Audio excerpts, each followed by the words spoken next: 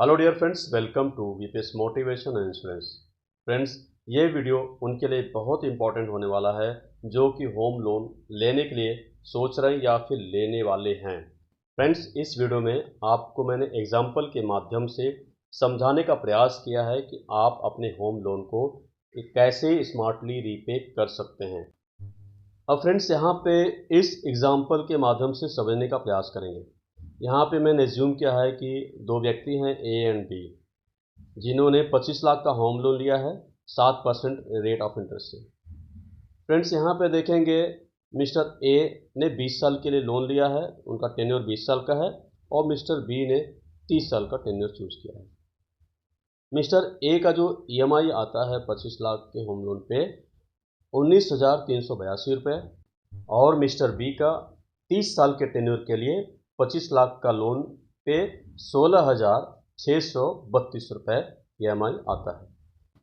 अब फ्रेंड्स, यहाँ पे देखो कि मिस्टर बी ने 20 साल का जो ईएमआई था और 30 साल का जो ईएमआई था, उन दोनों के डिफरेंस का जो अमाउंट होता है 2750 रुपये, वो उन्होंने एसआईपी उस अमाउंट से एसआईपी स्टार्ट कर दी।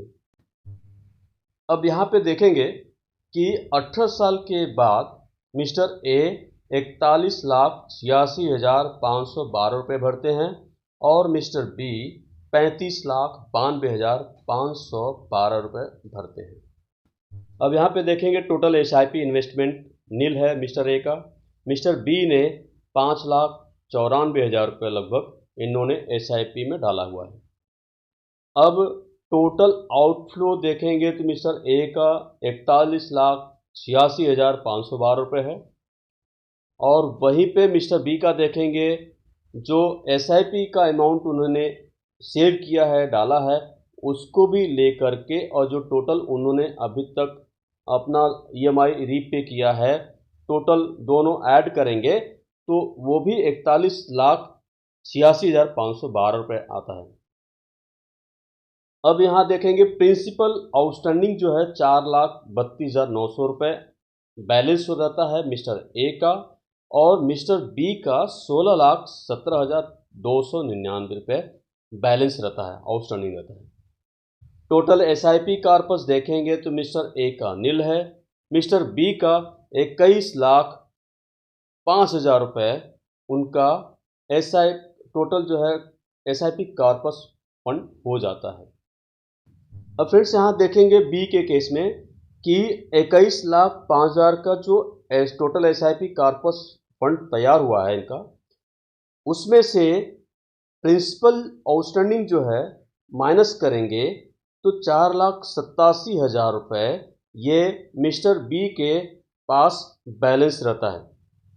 वहीं पे मिस्टर ए की बात करेंगे तो यहाँ पे इनके पास एसआईपी कॉर्पस कुछ नहीं है, जो कि अगर उनका जो आउटस्टैंडिंग बैलेंस है प्रिंसिपल अमाउंट का 4,32,900, वो का सेम ही रहेगा। और यहाँ पे मिस्टर बी ने अपना टोटल आउटस्टैंडिंग जो था उसको रीपे कर दिया, और 21,05,000 में से उनके पास बचा भी, यानी 4,87,000 उनके हाथ में भी बचा। सो फ्रेंड्स, देखा आपने कि मिस्टर बी कितना स्मार्टली अपने होम लोन को रीपे किया। और फ्रेंड्स, यहाँ पे देखेंगे कि मिस्टर ए को अभी भी 2 साल का ईएमआई भरना है। 2 साल का ईएमआई को देखेंगे तो 4,65,168 रुपये ये अभी भरना बाकी है।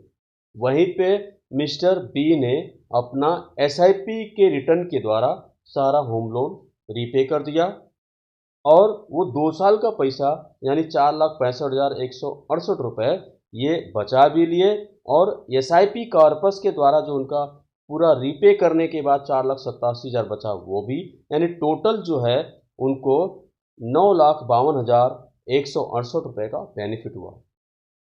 तो फ्रेंड्स, आपने देखा कि इस तरीके से अगर आप करते हैं, मिस्टर बी ने किया तो उनको ये फायदा हुआ, ये बेनिफिट हुआ। अब फ्रेंड्स, यहाँ मान लेते हैं कि अगर किसी कारणवश आपको 30 साल का टेन्योर नहीं मिलता है, आपको 20 साल का ही मिल रहा है, तो उस कंडीशन में आप 0.1% या 0.15% प्रिंसिपल अमाउंट का साइड में सेविंग कीजिए, यानी आप एसआईपी के माध्यम से उस अमाउंट को सेव कीजिए, एसआईपी चालू कर दीजिए, जिससे कि आपका इंटरेस्ट जो है वो उससे रिकवर हो जाए। अब यहाँ पे मिस्टर ए का एग्जांपल लेते हैं।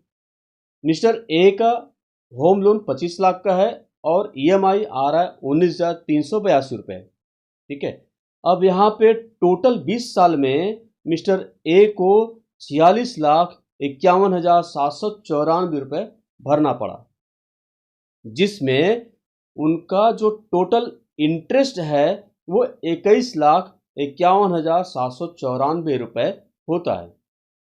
अब ये 21,51,794 रुपये जो हमारा इंटरेस्ट हम जो बैंक को पे कर रहे हैं, इसे हमें रिकवर करना है। किस माध्यम से? एसआईपी के माध्यम से, जो हमने 0.1% या फिर 0.15% प्रिंसिपल अमाउंट का जो साइड में रखे उससे एसआईपी चालू किया है। उसी एसआईपी के माध्यम से जो हमने इंटरेस्ट 21,51,794 रुपये भरा है, उसी इस इंटरेस्ट को हमें रिकवर करना है। अब यहाँ पे हमने दोनों लिया है, 0.1% के हिसाब से भी लिया है, 0.15% के हिसाब से भी लिया है। अब यहाँ पे देखते हैं, 0.1% के हिसाब से 2,500 रुपये आपका मंथली एसआईपी में जा रहा है 20 साल के लिए। मैंने यहाँ पे रिटर्न जो है एसआईपी का 12% लिया है। और दूसरा, वहीं पे अगर 0.15% लेते हैं, यानी 3,750 रुपये 25,000 का होता है, इसे हम एसआईपी में डाल रहे हैं हर महीना 3,750 रुपये। अब देखेंगे कि जो हम 2,500 रुपये का जो एसआईपी स्टार्ट किए हैं, उसमें टोटल एसआईपी अमाउंट 6 लाख रुपये होता है और उसमें जो फाइनल वैल्यू मिलता है 24,98,000 रुपये। मैंने राउंड अप किया है ताकि कैलकुलेशन में आसानी हो। अब यहाँ पे देखेंगे जो 2,500 हमने एसआईपी भरा था, उसमें कैपिटल अप्रिसिएशन 18,98,000 का हुआ। वहीं पे हम देखते हैं जो हमने 3,750 रुपये जो एसआईपी स्टार्ट किया था, इसमें टोटल एसआईपी 9 लाख रुपए का होता है और फाइनल वैल्यू होता है 37,47,000 रुपये, जिसमें हमें कैपिटल अप्रिसिएशन होता है 28,47,000 का। अब नीचे हम देखेंगे कि डिफरेंस निकालेंगे एसआईपी अप्रिसिएशन का, उसमें से माइनस करेंगे इंटरेस्ट जो हमने लोन के माध्यम से रीपे किया है, लोन के माध्यम से पे किया है बैंक को। अब 0.1 के केस में देखेंगे जो हमने कि 2,500 रुपये भर रहे थे एसआईपी, वहां पे देखेंगे, यहाँ पे देखेंगे तो टोटल 18,98,000 रुपये हमें कैपिटल अप्रिसिएशन हुआ और हमने जो लोन इंटरेस्ट भरा है वो 21,52,000 रुपये। माइनस करेंगे तो हमको हमारा रिजल्ट जो आ रहा है निगेटिव में आ रहा है, यानी 2,54,000 रुपये अभी भी हमारे जेब से गया है। वहीं पे जो 3,750 रुपये का हम जो एसआईपी भर रहे थे, यहाँ पे देखेंगे तो यहाँ पे कैपिटल अप्रिसिएशन 28,47,000 का हुआ, जिसमें हमने लोन का इंटरेस्ट भरा था 21,52,000 रुपये। अब यहाँ पे देखेंगे 28,47,000 में से जो लोन इंटरेस्ट हमने भरा है 21,52,000 को माइनस करेंगे तो 6,95,000 रुपये बचता है। देखा आपने कि 0.1%, 0.15% के हिसाब से हमने दोनों कैलकुलेशन आपको करके दिखाया कि फ्रेंड्स, अगर आपको अपने इंटरेस्ट को, जो आप इंटरेस्ट पे कर रहे हैं, उसे एडजस्ट करना है, उसे रिकवर करना है, तो आप 0.1% भी ले सकते हैं, 0.15% ले सकते हैं, 0.2, जैसा आपको एडजस्ट हो सके उस हिसाब से ऐसे आप करके आप अपने जो आप लोन के द्वारा जो आप इंटरेस्ट पे कर रहे हैं बैंक को, उसे आप एसआईपी के माध्यम से रिकवर कर सकते हैं। मैंने 12% ही लिया है। 12% तो आराम से, अगर आप 20 साल के लिए इन्वेस्टमेंट कर रहे हैं एसआईपी में, तो आपको 12% उससे ज़्यादा मिलेगा, लेकिन मैंने एक मिनिमम पकड़ा है कि 12% के हिसाब से आपको इतना रिटर्न मिलेगा। सो फ्रेंड्स, आपने देखा कि आपने जो बैंक को इंटरेस्ट आप रीपे कर रहे हैं, बैंक को जो आप इंटरेस्ट पे कर रहे हैं, उस इंटरेस्ट को आप एसआईपी के माध्यम से कैसे रिकवर किया, थोड़े से और सेविंग के साथ में।